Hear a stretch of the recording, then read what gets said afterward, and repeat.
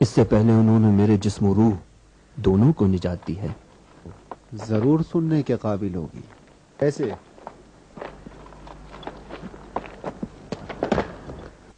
میں ایک عام عیسائی مبلغ تھا اور تثلیث کی تبلیغ کرتا تھا. ایک دن رومی سپاہیوں نے مجھے تقریر کے دوران گرفتار کر لیا. بے شک میری موت حتمی تھی، لیکن جناب میکسیملین نے ہوشیاری سے مجھے آزاد کرا لیا، اور یہی آشنائی میرے موحد ہونے کا سبب بن گئی. مدتوں ہم لوگوں نے آپس میں مباحثہ کیا.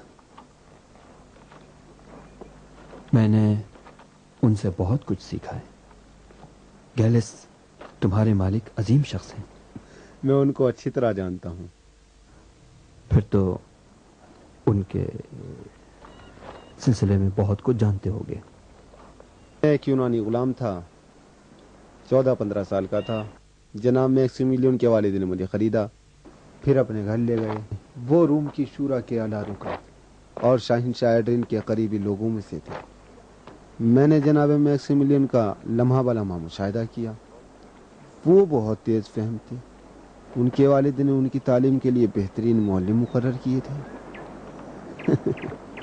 اور ان کو مختلف اقوام کی ثقافتوں اور علوم و فنون سے آگاہ کیا تھا. اور جناب میکسیملین کی یہی آگاہی خدایان روم اور رومیوں کی ستمگری اور درندگی سے بیزاری کا سبب بنی. روم سے گریز کرنے کی خاطر انہوں نے دقیانوس کی درخواست پر فلاڈیلفیا جانے پر فوراً رضامندی دے دی.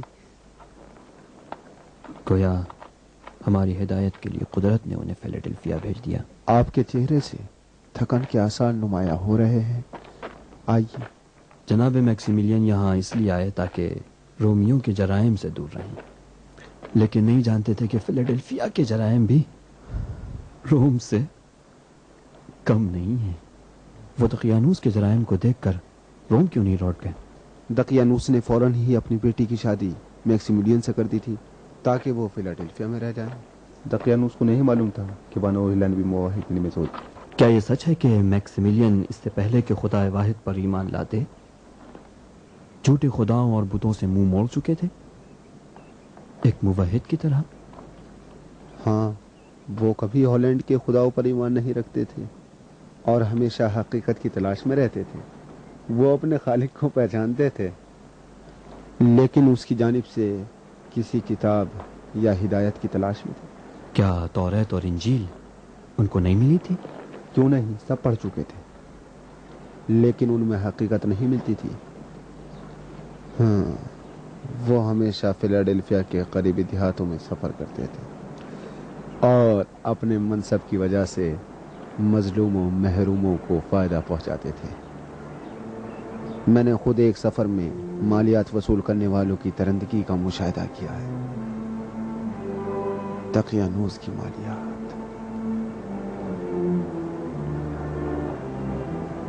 بتا جلدی، بتاتا کیوں نہیں؟ بابا کو مت مارو، چھوڑ دو بابا کو، چھوڑ دو. نانا کو چھوڑ دو، نانا بابا کو چھوڑ دو.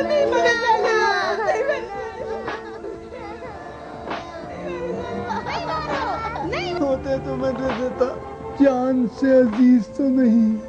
کہاں چھپا رکھا ہے؟ نہیں ہے میرے پاس. بول، زبان کھول. بولتا کیوں نہیں؟ مالیات ادا ہونا چاہیے، کوئی بہانہ نہیں چلے گا. ان کو وہاں سے ایک طرف ہٹاؤ. سارا مال ایک طرف رکھتے جاؤ، اگلواؤ اس سے. لاؤ لاؤ، ایک ایک لے کے آؤ. جلدی جلدی جلدی لے کے آؤ. سب جمع کرو، جلدی جلدی لاؤ. ایک ہی بکری تھی اور کچھ نہیں لایا. ادھر. ہاں وہ بھی لے کے آؤ، وہ جو رکھا ہوا ہے وہاں پہ. جلدی لاؤ، جلدی کرو.